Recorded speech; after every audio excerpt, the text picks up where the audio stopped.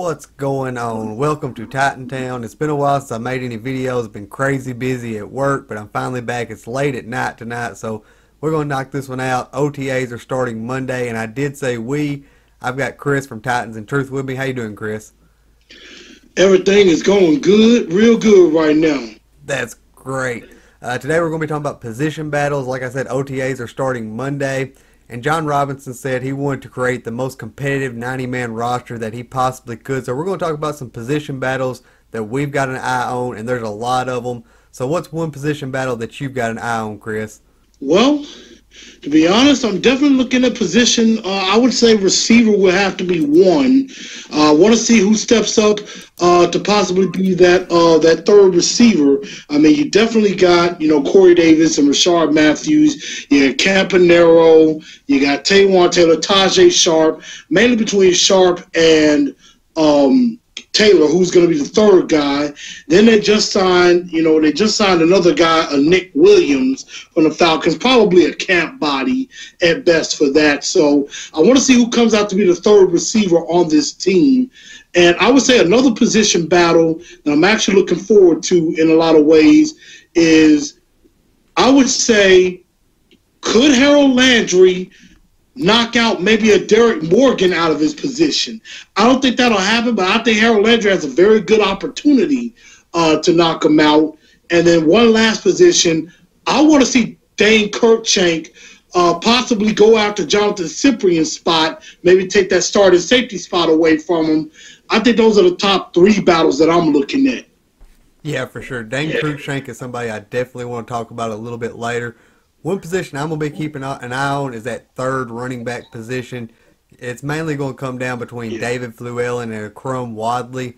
Larry Rose, somebody a lot of people had high hopes for in camp, he ended up getting cut. But this is going to be a fun battle. David Fluellen is a veteran, has been around for a little while. But Crum Wadley, he was dynamic in college, had 1,000 yards rushing, double-digit touchdowns. He's kind of got that Deion Lewis style to him, but he can come in. He's Matt LaFleur's zone scheme, running scheme is something that really fits what he does well coming out of college. And Jim Watt was really blown away with him. He was really impressed with his explosiveness. Moving on to the defensive side of the ball, you done said safety. Is there any other position battles you're looking at on the defensive side of the ball?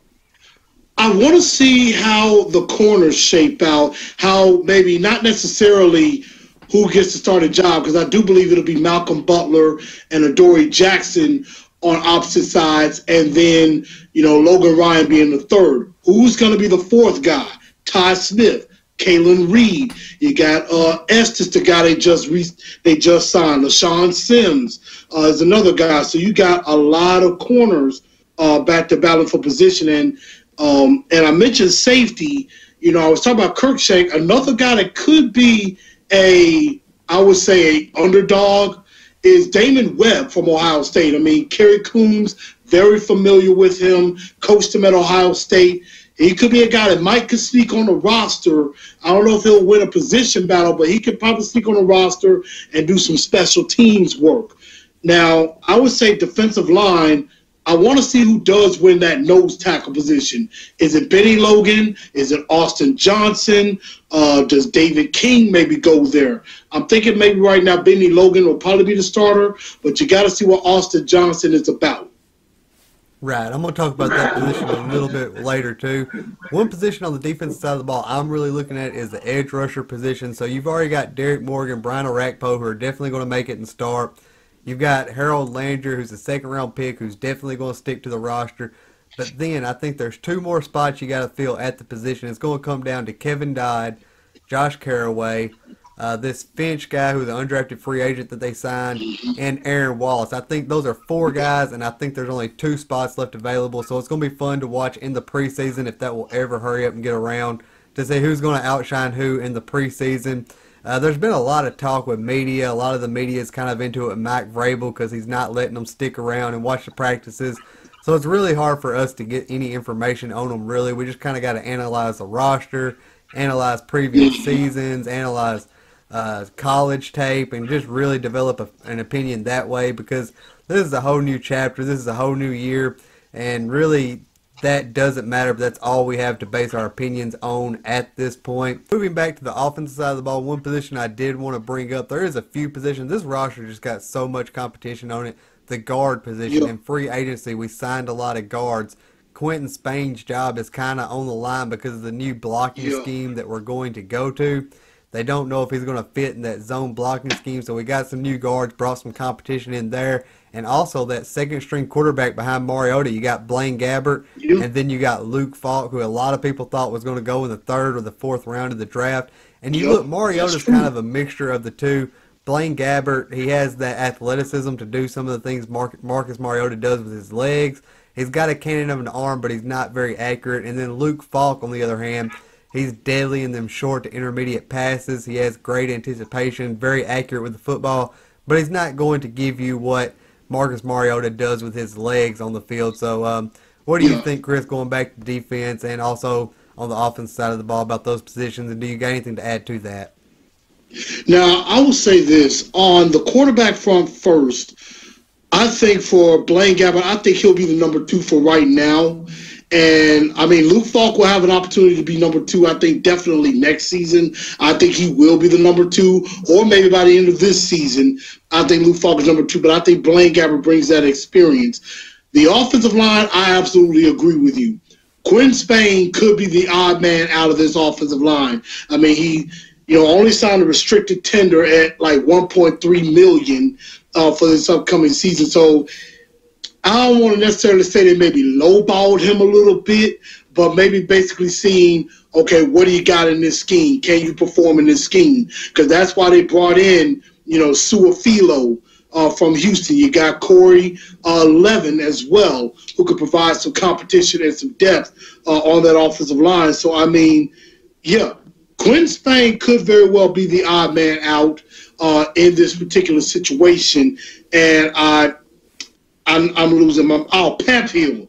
I forgot about him. He's another guy that's brought in for competition as well. I didn't mention that because I couldn't say his name or Sulafilo's. I couldn't say that right off the top of my head. Yeah.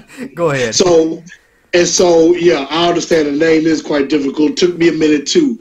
And I forgot to mention with the wide receivers, there is one guy that is an undrafted free agent that I think, I'm going to say this right out, is going to make this team.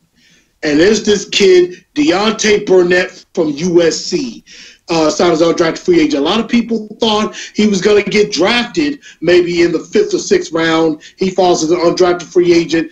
I think he could be a legit threat to Tajay Sharp and Taywan Taylor. Those guys better have their A game on, because Burnett could very well sneak up behind them and take that 3rd spot, or at least the 4th or 5th spot, and make this team. So that's a guy that you need to watch out for. Deontay Burnett from USC. I watched some of his film. I mean, very fluid in his routes, good catch radius, and he made a lot of things easy for Sam Darnold. So that's a guy I'm definitely looking forward to seeing. And I think Suafilo could beat out Spain for that left guard spot. Yeah, on Deontay Burnett, some of the things I really noticed on his tape, he's not the biggest or most athletic receiver, but he's very smart. He runs really good routes, and when Sam Darnold would get in trouble, he was really good at breaking off his guy, coming back to the quarterback. He was really good at causing separation. So that's definitely something good, given Mariota's scramble ability. This offensive line, we got a really good offensive line, so Mariota's not going to have to scramble much. But if he does, this guy knows how to break off his guy and get open, come back to the quarterback and bail him out. So that's very good also. Love that. Say it again. Love that. No, I absolutely love that. You're absolutely right with that. And I mean, that was one thing I did notice in the tape. He was kind of the Delaney Walker of the USC offense. He was the guy, like you said, can bail Sam Darnold out of a bad situation coming back to the football. And that's something that these receivers have got to be able to do, is come back to the ball. And I do like your thought on Akram Wadley. I think flu season might be over soon if Wadley beats him out. I think he has an excellent chance as well. And I believe I've mentioned this before on Titans of Truth. You can check that out, by the way, everybody. I would say Burnett and Wadley are the two guys that I think have a great opportunity to make this football team on the offensive side of the ball. Right. You can check his channel out. It'll be linked in the description box below, and so will all the other friends of the channel. I got Ryan's podcast linked there. I got to get the guys from Titans Tube channel linked there. They're linked there in every video, so if you're ever watching my videos in the future and you want to go back and see what the other guys are doing, you can just open my description box and find them. It's real easy to do. Going back to Luke Falk, one thing I just wanted to mention real quickly is this Titans roster has a lot of talent. There's going to be a lot of competition. Can we carry 3 quarterbacks? Because Luke Falk is eligible to go on the practice squad, but if he does, someone's going to pick him up, especially when quarterbacks get hurt later in the year. So can we put him in our practice squad? Can we carry 3 quarterbacks for the year? Do we got that? We got that kind of talent to only carry 2? It's going to be real tricky. John Robinson's a smarter man than I am. What do you think? Do you think we stick him on the practice squad? Do you think we carry 3 quarterbacks all year? How do you feel about that? They're not going to risk Luke Falk on the practice squad for somebody else to scoop him up. Because if he's on the practice squad, he's not going to be on that practice squad very long. Somebody's going to scoop him up. So I honestly could see it. I mean, and it could be a situation where they say, you know what? We like Luke Falk so much, Blaine Gabbert, see ya. Get out of here. But right now, I think they're going to end up carrying 3 quarterbacks, in my honest opinion. I think that's how they're going to do that. 3 quarterbacks will go on, and they're going to have to probably cut somewhere else. I'm hoping they say finally goodbye to Philip Supernaw. Let Luke Stocker have an opportunity at tight end or something like that. So maybe that'll open a spot for a 3rd quarterback. Right, it definitely could do. Is there any specific player over the preseason and throughout the course of the season that you feel like is going to come in and get hot and surprise everybody, or you feel like has earned his right to get his chance throughout the season? Is there anybody that you think that didn't get as much playing time last year that you feel like is going to step up and get a lot of playing time this year? I'm going to say right off the top of the bat, he's going to get a lot of playing time anyway because he's going to start. I'm ready for Corey Davis to bust out. It's time. You know, Corey Davis was hurt most of the year last year. You know, I enjoy him being the pick, even though I'll be perfectly honest, in a lot of my, mock drafts, I wanted Jamal Adams so bad. I wanted him bad, or Mike Williams. If any of you go back and see Titans of Truth, I had an infatuation for Mike Williams. I'm not going to lie. I had the man crush. But I just think Corey Davis has the potential to be a legit superstar. And I think with this offense with Matt LaFleur, he's going to have a great chance to be that big-time #1 alpha dog receiver. He's got that chance. So as long as he stays healthy, he has a terrific opportunity. On the other side of the ball, I'm going to say right off the bat, Rashaan Evans. I think Rashaan Evans is going to start day 1 in middle linebacker, probably with Wesley Woodyard, and I could see this guy being a Pro Bowler within the next 2 years. Both of my 2 guys are both on the defensive side of the ball. The first one being our 5th-round pick, Dane Cruikshank. I'm really excited to see what he's going to do. He ran a 4.41. He's got the size and the athletic ability and the ball skills to play cornerback, but he's going to play safety. He might need a little bit of time to develop in the NFL. That's what we got Cyprian for. But I think towards the back half of the year, he can really start to challenge for that starting spot. You got Kevin Byard on one side, you got Cruikshank on the other side, both safeties with sideline-to-sideline speed. Both safeties with good ball skills, both safeties with good size. He's actually a touch faster than what Kevin Byard was coming out. He didn't have the kind of interceptions Kevin Byard had, because one thing I noticed going back and watching his tape, I never heard of him until the Titans drafted him, was the only real knock that I had on him is he's a little bit too loose in coverage, but he's got the athletic ability and the size that he can fix that if he gets good coaching. I trust Kerry Coombs to give him that good coaching to where he can develop and get his game to that second level. And then watch out, we got 2 dynamic safeties on each side. The other guy I'm going to say is a guy who's been around for a little while. He was an undrafted free agent for the last few years. He's made the team, and consistently started getting a little more and a little more and a little more playing time. And that's Antoine Woods. I expect him to play a lot this year.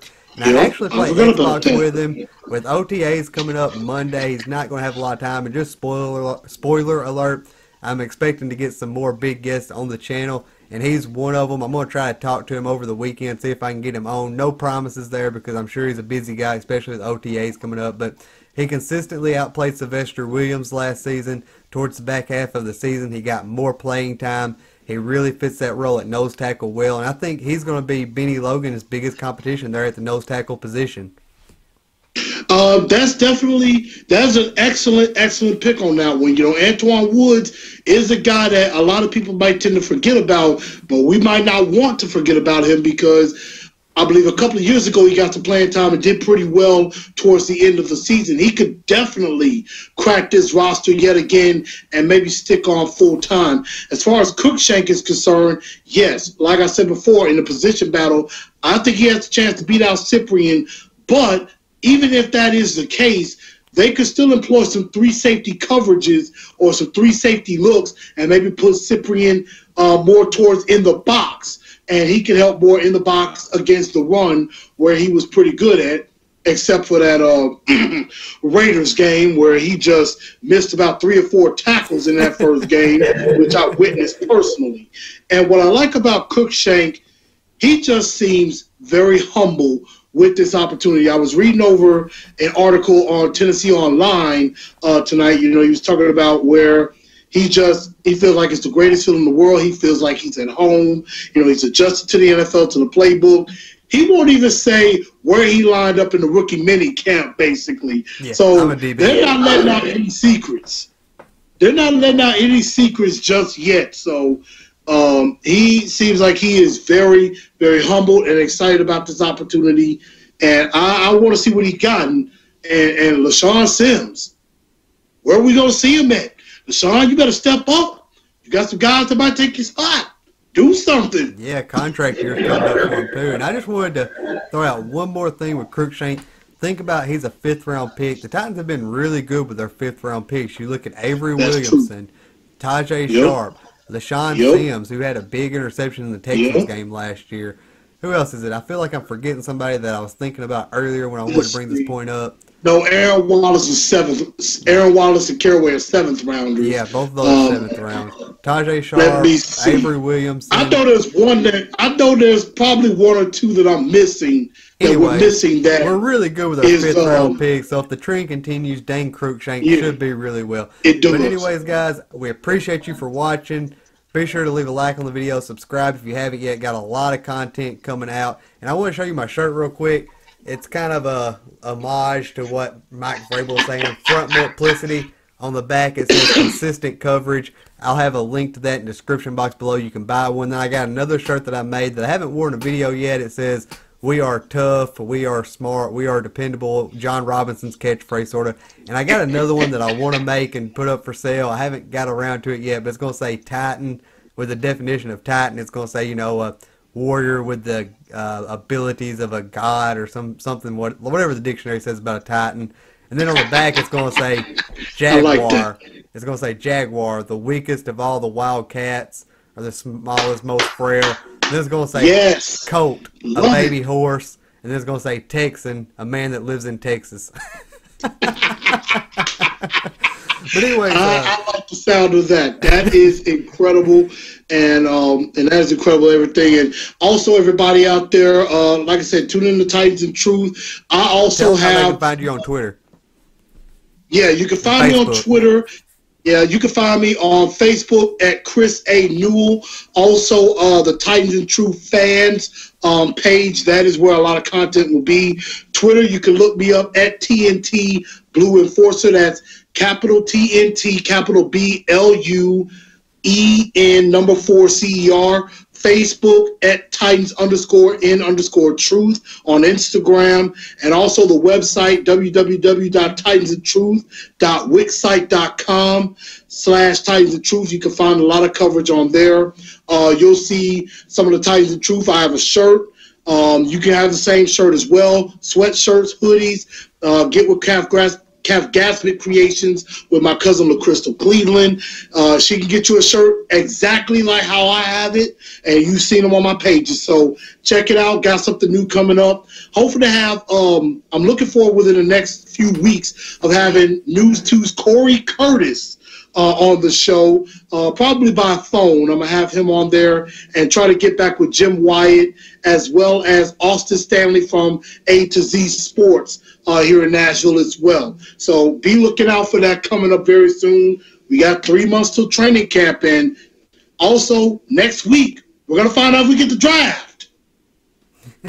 That all sounds great. I'm excited for the draft too. And I meant to mention, if anybody is still watching this video, you probably clicked off while we was doing our closing thing. But if there's anything Titan related that you want us to talk about and we can do the research on it and get the content for it, we'll make it. This time of year it's kind of hard to get content out and really think up good topics. So help us out. Leave it in the comment section below, and we'll give you a shout out in the video once we do it, if it's something that we can do. So anyways, guys, we appreciate it. All of Chris's stuff will be in the description box below. You can find it, as well as other great Titan content and the merch and all that great stuff. But anyways, guys, God bless and tighten up. Tighten up.